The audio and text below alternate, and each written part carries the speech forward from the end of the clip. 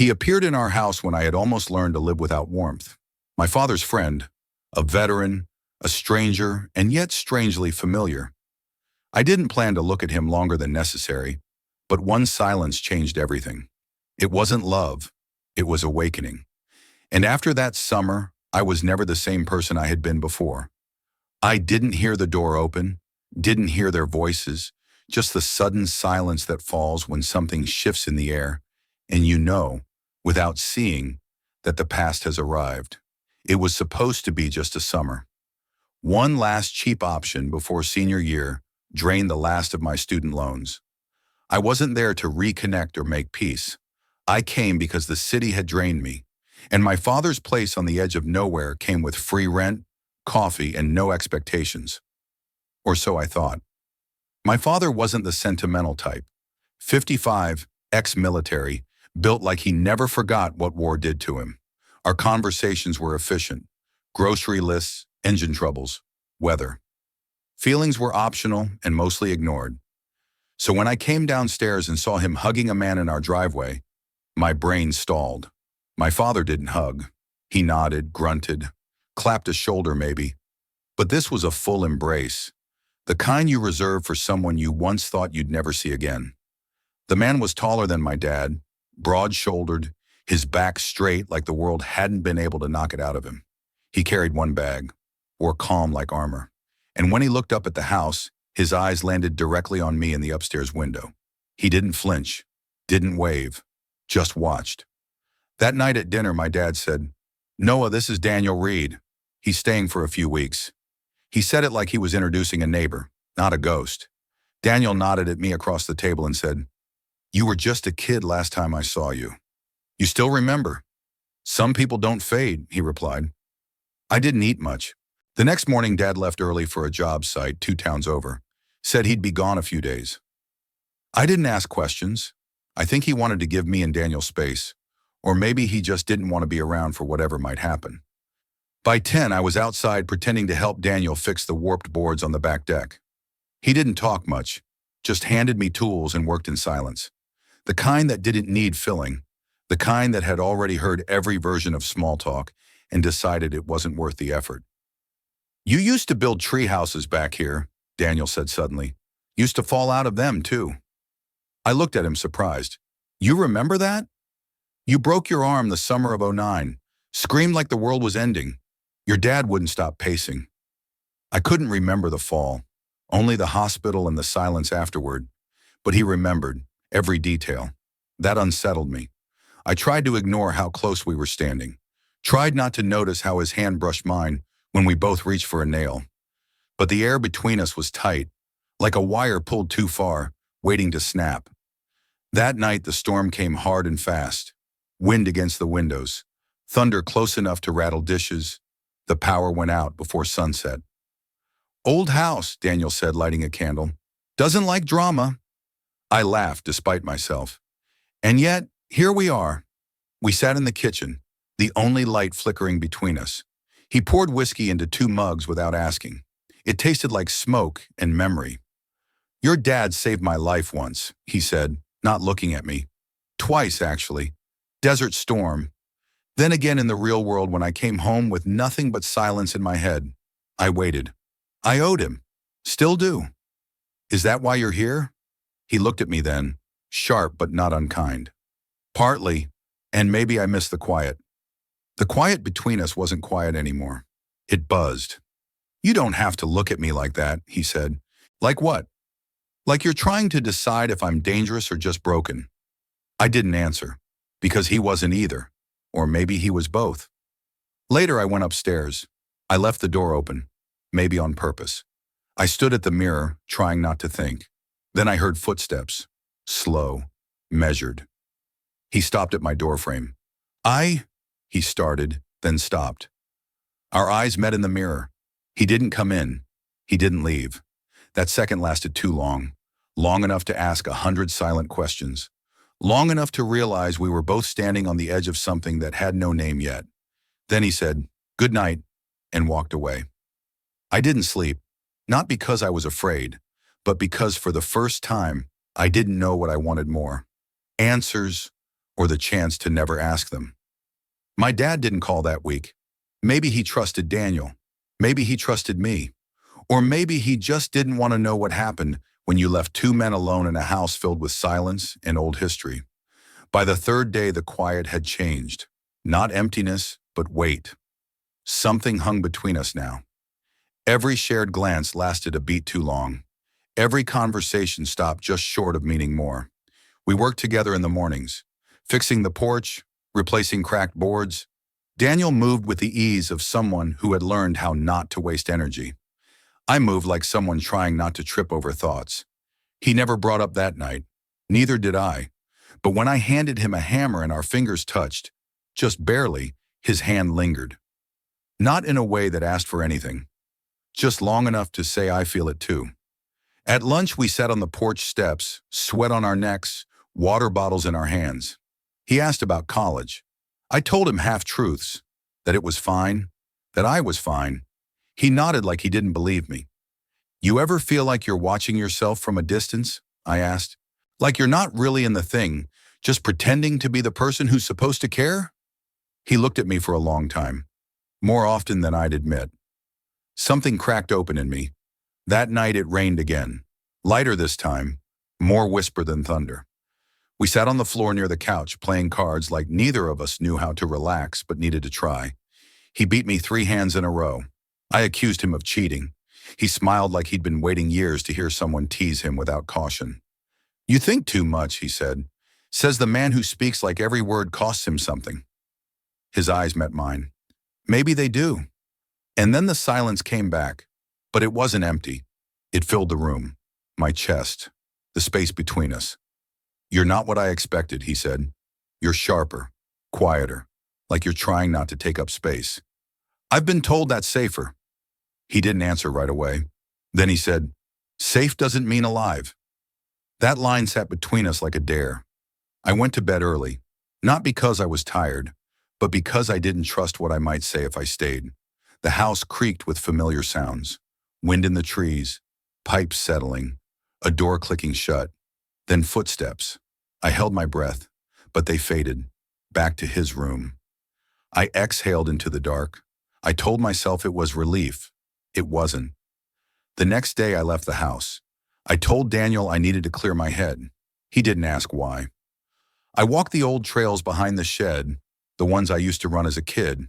The trees felt smaller now, or maybe I'd just grown into someone who couldn't hide in them anymore. When I came back, Daniel was in the kitchen, wiping down the table like he was trying to erase a thought. You okay? He asked without looking up. Fine, I lied. He nodded once, but something had shifted. His movements were tighter, his words fewer. That night we didn't speak much. I went to bed with a headache and a throat full of things I didn't say. It happened the next evening. We were both tired. Tension clung to the walls like smoke.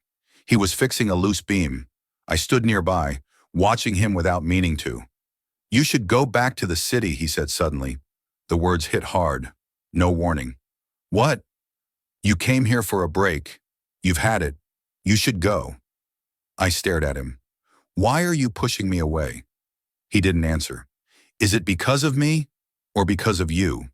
He kept working, his jaw tight. I'm not a kid, I said. You don't get to decide what I feel. You don't know what you feel, he snapped. That stopped me. He turned to me then. You're young, Noah. You're figuring things out. I'm not something you're supposed to figure out on. I felt my throat tighten. So you do feel something. He didn't deny it. That night, I said, stepping closer. The mirror, the silence. You felt it. It doesn't matter what I felt, he said, voice lower now. It can't go anywhere. Why not? Because I won't be the man who takes that from you. I didn't know what he meant at first. Then I did. He thought this would ruin me, that I'd regret him. You're not taking anything, I said quietly. I gave that moment to you. He looked away. I don't want you to protect me, I said. I want you to see me. His voice was soft now, tired. I do. That's the problem. Neither of us moved. Then he stepped past me, walked to the window, stared out like the world outside made more sense. I made a promise to your father, he said, to look after you if anything ever happened to him. You think this is what he meant? No, he whispered. and that's why I have to leave." I stood there shaking, wanting to argue, but there was nothing left to say. The next morning his bag was packed. I heard the screen door shut behind him. I didn't follow. I just stood in the hallway, alone with the sound of silence returning. My father came back a day earlier than expected. His truck pulled into the driveway just as I finished sweeping the back steps. I saw the look on his face before he even opened the door. Something was off. His eyes scanned the yard, the porch, then landed on me. "Where's Daniel?" he asked. I didn't answer right away. "Gone," I finally said. "Left this morning."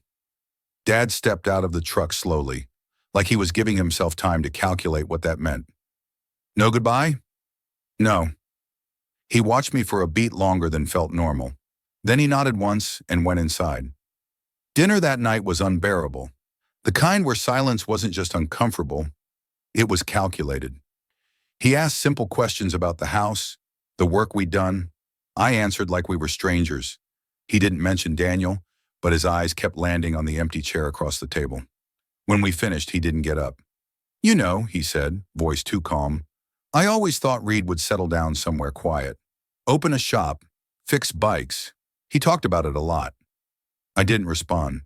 Didn't think he'd vanish in the middle of a job. "He didn't vanish," I said. "He chose to leave." "Why?" "You'd have to ask him." "I'm asking you." I looked up. His jaw was tight, his knuckles white around the edge of his glass. "I think you already know," I said. He leaned back in his chair, exhaling hard. "No, I suspect. That's different." "Then stop pretending." His voice rose. "Don't talk to me like I'm stupid." "I'm not. I'm talking to you like I'm done pretending." The words echoed louder than I expected. The kitchen felt smaller. He stood. "What happened between you two?" I stood too. "You really want to hear it?" "I want the truth." "You won't like it."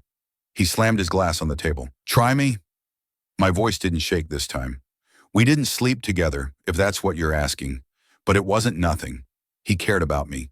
I cared about him. And we both knew it couldn't last. But it was real."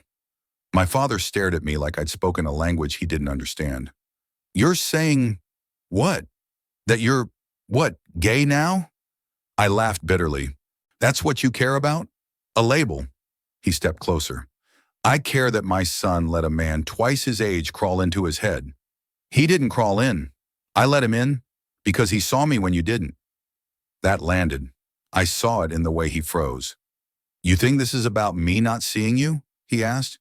"You think I didn't know something was different?" I kept my mouth shut. "I gave you space." "You gave me silence," I shot back. "And now that I finally tell the truth, you act like it's betrayal." "You lied to me." "No," I said. "I lied to myself. You taught me that." The silence after that felt like a door slamming. He sat back down, slowly, heavily. His voice dropped.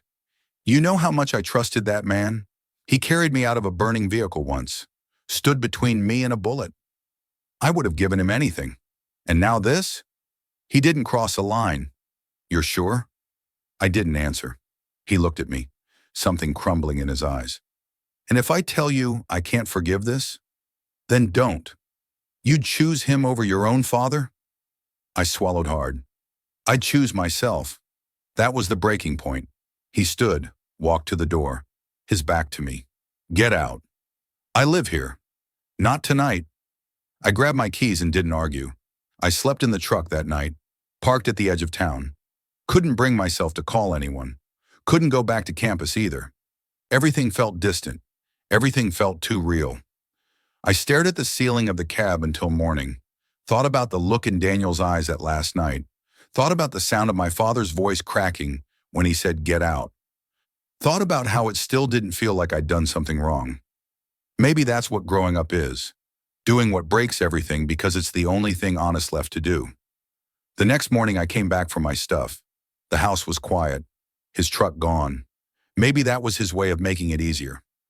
I went to my room, packed what I needed. On my nightstand, a note. "This isn't finished." No name, just that. It wasn't forgiveness, but it wasn't hate either. I folded the note and put it in my pocket. I drove back to the city in silence. The highway stretched ahead, clean and merciless. Somewhere near the county line, I pulled over. Got out. Let the wind hit me like something I earned. I stood there a long time. Not proud, not broken, just finally real. I didn't tell anyone what happened. Not my roommate, not my friends from class. When people asked how summer had been, I said it was quiet, that I'd helped my dad fix up the porch, that I was glad to be back. No one asked for more. That's the thing about city life. Everyone's too busy looking forward to notice what you left behind. But I noticed. Every time it rained, I thought of him.